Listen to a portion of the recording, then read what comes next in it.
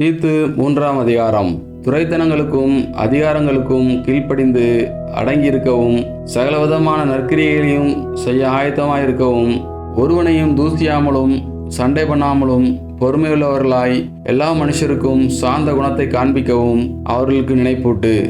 ஏனெனில் முற்காலத்திலே நாமும் புத்தியினரும் கீழ்ப்படியாதவர்களும் வழி தப்பி நடக்கிறவர்களும் பலவித இச்சைகளுக்கும் இன்பங்களுக்கும் அடிமைப்பட்டவர்களும் துர்க்குணத்தோடும் பொறாமையோடும் ஜீவனம் பண்ணுகிறவர்களும் பகைக்கப்படத்தக்கவர்களும் ஒருவரையொருவர் பாய்க்கிறவர்களுமாயிருந்தோம். நம்முடைய இரட்சகராகிய தேவனுடைய தயையும் மனுஷர் மேலுள்ள அன்பும் பிரசன்னமான போது, நாம் செய்த நீதியின் கிரியைகள் நிமித்தம் அவர் நம்மை இரட்சியாமல் தமது இரக்கத்தின்படியே மறுஜென்மம் முழுக்கினாலும் பரிசுத்த ஆவியினுடைய புதிதாக்குதலினாலும் நம்மை இரட்சித்தார். தமது கிருபையினாலே நாம் நீதிமான்களாக்கப்பட்டு நித்திய ஜீவன் உண்டாகும் என்கிற நம்பிக்கையின்படி சுதந்திரமாகத்தக்கதாக அவர் நமது இரட்சகராகிய இயேசு கிறிஸ்து மூலமாய் அந்த பரிசுத்த ஆவியை நம்மேல் சம்பூர்ணமாய் பொழிந்தருளினார். இந்த வார்த்தை உண்மையுள்ளது. தேவனிடத்தில் விசுவாசமானவர்கள் நற்கிரியைகளை செய்ய ஜாக்கிரதையுள்ளவர்களாய் இருக்கும்படி நீ இவைகளை குறித்து திட்டமாய் போதிக்க வேண்டும் என்று விரும்புகிறேன்.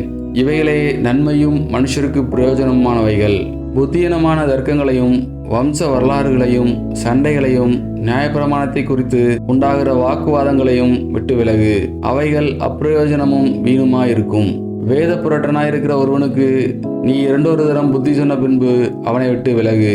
அப்படிப்பட்டவன் நிலை தவறி தன்னிலே தானே ஆக்கினை தீர்ப்புடையவனாய் பாவம் செய்கிறவன் என்று அறிந்திருக்கிறாயே. நான் அர்த்தமாவையாவது தீகுக்கையாவது உன்னிடத்தில் அனுப்பும் போது நீ நிக்கப்போலிக்கு என்னிடத்தில் வர ஜாக்கிரதைப்படு. மாரி காலத்திலே அங்கே தங்கும்படி தீர்மானித்திருக்கிறேன். நியாய சாஸ்திரிகளாகிய சேனாவுக்கும் அப்போலோவுக்கும் ஒரு குறைவும் இல்லாதபடிக்கு அவர்களை ஜாக்கிரதையாய் விசாரித்து வழிவிட்டு அனுப்பு. நம்முடையவர்களும் கனியற்றவர்களாயிராதபடி குறைவுகளை நீக்கிறதற்கு ஏதுவாக நற்கிரியைகளை செய்ய பழகட்டும். என்னோடு இருக்கிற யாவரும் உனக்கு வாழ்த்துதல் சொல்கிறார்கள். விசுவாசத்திலே நம்மை சிநேகிக்கிறவர்களுக்கு வாழ்த்துதல் சொல்லு. கிருபையானது உங்கள் அனைவரோடும் கூட இருப்பதாக. ஆமேன்.